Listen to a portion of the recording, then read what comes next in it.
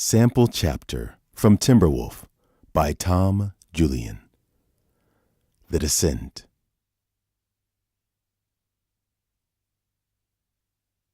Nemesis floated above the clouds of Highland. With a puff of the maneuvering thrusters, the ship began its descent. After a few minutes, it reached the high cloud layer and disappeared into it. They went through layer after layer of clouds, each opening up a new vista of sky, the first few bright and airy, but becoming darker and more ominous as they descended. They reached the seventh layer and flew several miles above a dark and swirling cover of clouds that looked to have the consistency of cooled lava. "Where's the eye?" Gray asked Sergey. The small man was strapped into a seat on the bridge. "It's where I said it was, about 4,000 miles from here," Sergey snapped. "I'm not getting any readings," Pharaoh the pilot said. "I'm visual." "You'll get nothing. We've got this whole place shrouded. Nanomachines. Last count, 57 trillion.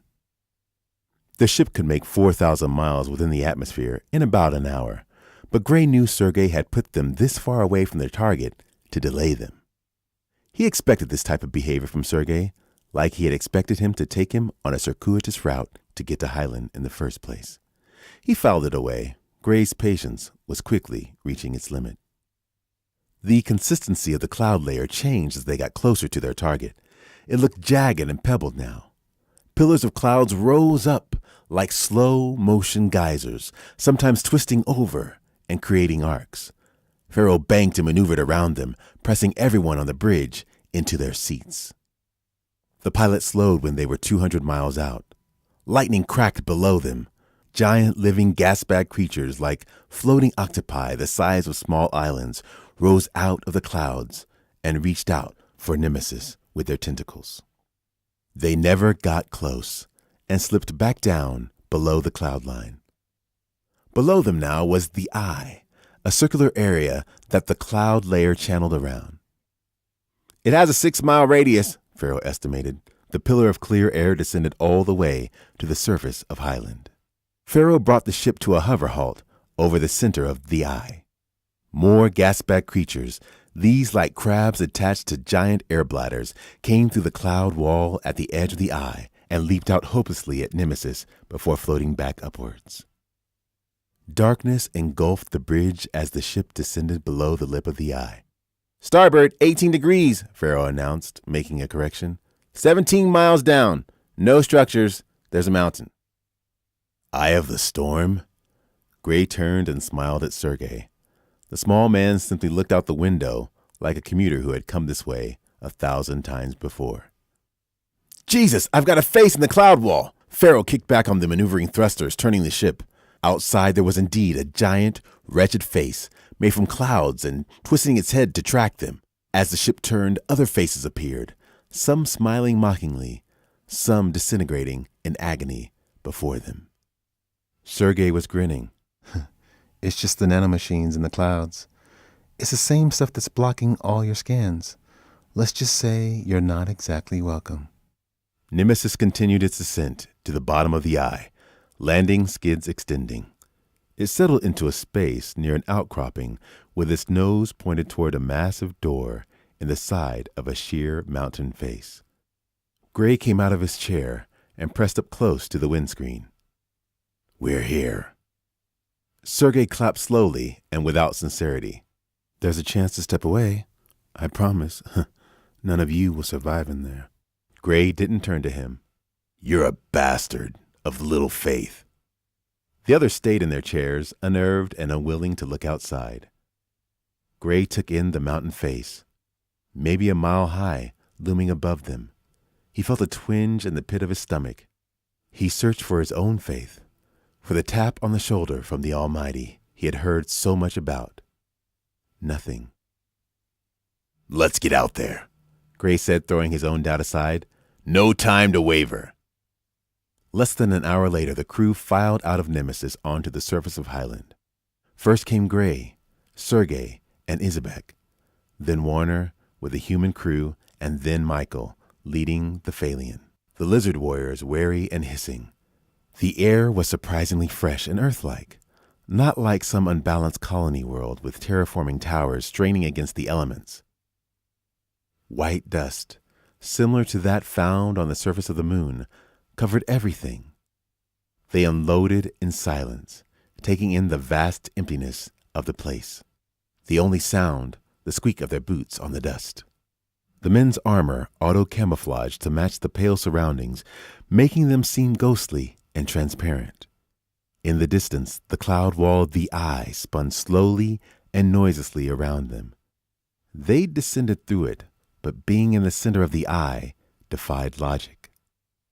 The clear air went up to the top of the cloud layer, and the faintest hint of light peeked down from miles above.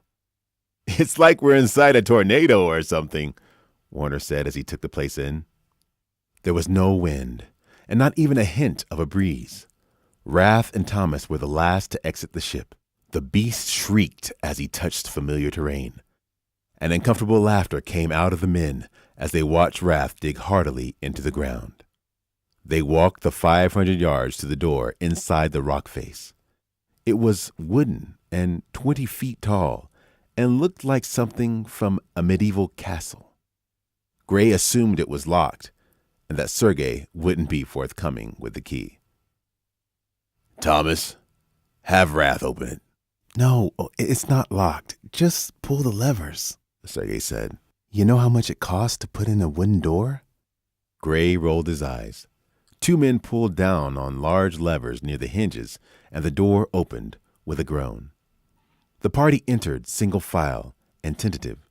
Inside, they found themselves at a sort of transit station. At their presence, dull floodlights came on, illuminating a single train car covered with dust.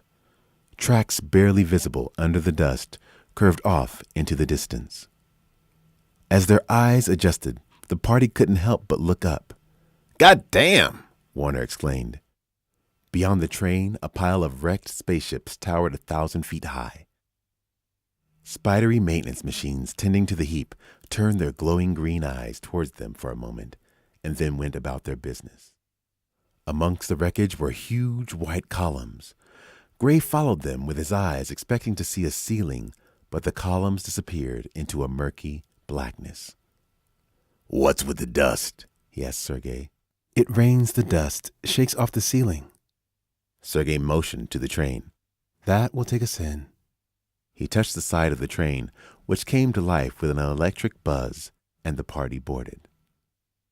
The train moved past the wrecked spaceships, its headlights slicing through the darkness.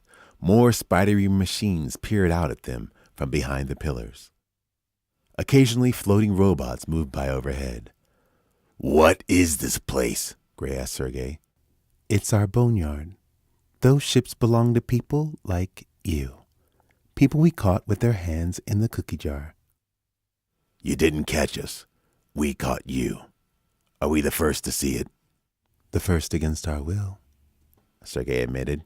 Gray nodded, transfixed by the relics of failure. In the back of the cabin, Drama, the Phalian clan leader, was on her knees. Behind her, her clanmates descended one after the other, arms to the sky. "Vesichat," they repeated, some weeping.